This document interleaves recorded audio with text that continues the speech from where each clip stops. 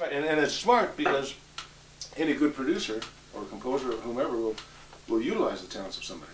You know, somebody like Duke Ellington was great. He'd pick the players for what they played. And, right. You know, that he got all those great results from that. You know? Mm-hmm. And sometimes, that's the other thing, you have to understand, sometimes they call me, hey, do your thing, you know. My thing is a lot of different things, so I have to, you know, decide what thing is going to be my thing then. You know? And you take a shot, and then sometimes you, oh, no, not that thing, do that other thing. Well, that's a luxury you've earned from all your experience. Yeah, that's yeah. right, dude. Yeah, nothing like experience. Yeah, you got voted by the National Academy of Recording Arts and Sciences. I did, yeah. What, several years as the best guitar player, right? Yeah, you know, they have... oh, come on, that's got to be great. You know, it's a wonderful thing to be acknowledged. Oh, my God, yeah. What respect you've garnered. Yeah, it is, but one of the things you learn is that there's a lot of good players, you know, and there's a lot of good players for a lot of different reasons, you know. It's one of the things in this business, in this town especially, when you're exposed to so many players that are so good, it is humbling. I mean, because there's guys that are great for different reasons, and I never really cared too much about what people can't do. I'd much rather look at what they do, and boy, especially guitar players, right? There's so many different players, different kinds of players for different reasons. Mm-hmm. You know? And it's all good. You know? It is, and I think it's something that, you know, everybody makes their contribution in their own way.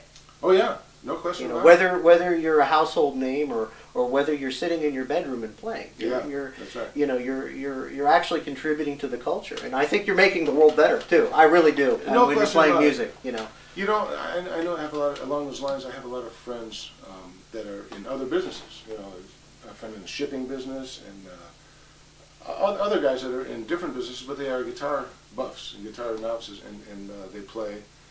And oftentimes when you know they talk to other people who are in the guitar players, professional players, they get very humble. Oh well, you know, I don't do what you do, and I don't do this. But I know a lot of these players that are not professional players per se, but they play for themselves or their friends, and they just play great.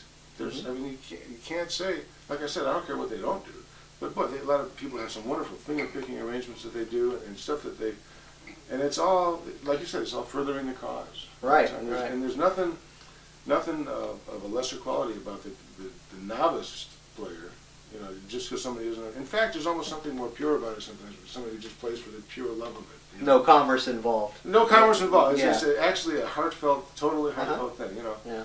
But there's nothing wrong with it. And it's all. There's some great players that are not necessarily making any money playing. It doesn't matter. They're hobbyists and novices. And Well, there have been some famous players that would stop playing and paint signs. yeah, Tel Farlow. Yeah, That's what I'm there's a thinking guy. of. That's right. That's- yeah. that's Yeah. right.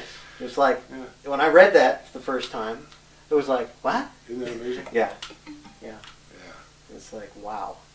Yeah, but it's all good. You know, it's all playing guitar, and you know the different ways. You know, the old blues guys. You know, there's no looking down your nose at any of the different styles. Yeah. Well, I mean, some of the simplest things are the most recognizable and identifiable, and really sort of set like the whole template for genres. That's right. You know, Yeah. and you know, it doesn't make it less legitimate. That's right. Exactly right. You know. That's really true. Yeah. And that's one of the things I think I learned from the session thing is I was exposed to so many different styles and so many different artists and players that were, like I said, really good for a lot of totally different reasons. You know, very incisive songwriters and lyricists, guys that just do different things beautifully. You know? Changes your appreciation. Yeah. As you get to learn their music. That's right. You all of a sudden you realize that, you know, there's something more there. You know, that wow, you know, opens up this like whole door. That's right. That's right. I'm not a big fan of musical snobbery. Because yeah, no, there's really no place for it, is there? No, it doesn't make sense. I mean, it's you know. Even if you don't like something, somebody else might be deriving joy from it. That's right. And again, there's a quality. You know, the old Duke Ellington. There's two kinds of music: good and bad. You know? But I think that has to do with being a guitar player too, because guitar is involved in so many different styles, all of it. You know. That's true. So, yeah, it really embodies a lot of different styles. It can play it so many different ways. That's right. Yeah. That's right. In every genre of music, there's a guitar involved in it somehow. So, what kind of music have you been listening to lately? Well, I think one of the things is the variety of styles from a guitar player point of view. I love the different varieties and doing different things. personally, because of the nature of my work, where I'm often in a very structured environment where we're playing music. I love my thing that I hold close to my heart is improvised music. I love just playing music off the top of your head where it's just improvised, for the moment. That's always been a very intriguing thing. And that's what I love about playing sessions is you play something, okay, let's record it, and then next, you don't play it anymore. You play something else. But that's one of my favorite things is not unstructured kind of things.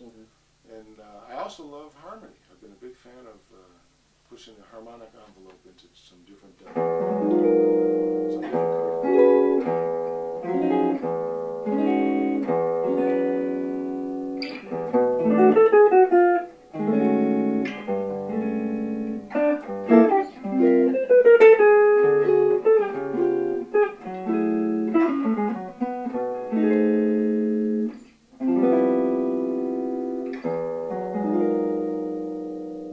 some little different upper extension things, and I like experimenting a little bit with some different stuff.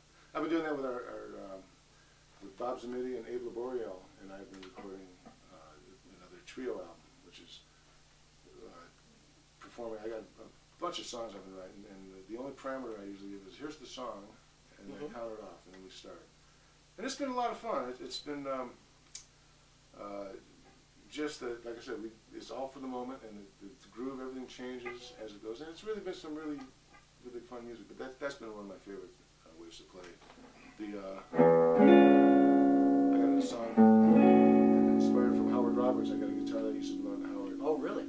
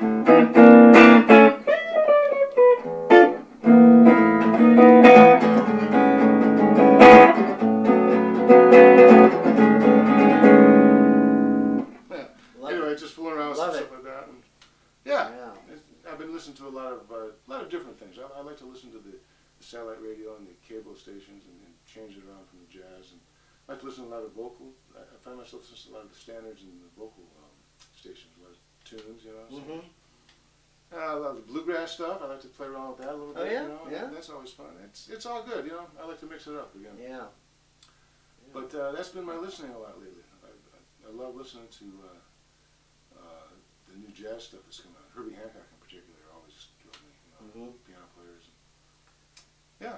Get a lot of ideas from piano players. Oh, boy. Yeah. They got all those notes in front of them. All those notes in that sustain pedal. Yeah. Hold the chord, play the... That's right. If we could do that, just play a note, put that sustain pedal down. And you're playing direct now. Do you use a lot of effects when you play live, or do you... Well, when I play live, depending on when I play with my group, I usually use a clean kind of a jazz sound. So I'll use this Benson amp and just the guitar and amp, no effects. For my session rig, I use Egnater preamps and Paul Rivera preamps and power amps. I've got a rack with all that stuff in it, and all the processing gear, the Eventide, the different things to get different effects, the volume pedals, the delays, and so forth. Standard guitar, collection of things, and I use those as I need them. Again, it's being able to call up any kind of sound is important. And then I have little smaller rigs. Sometimes I use little either combo amps of some kind where I have the channel switching capabilities, little Marshall amps or little Rivera amps. Because part of the thing that I find, unless you're going to use one sound all the time, channel switching thing is important to be able to control the crunch of your, you know,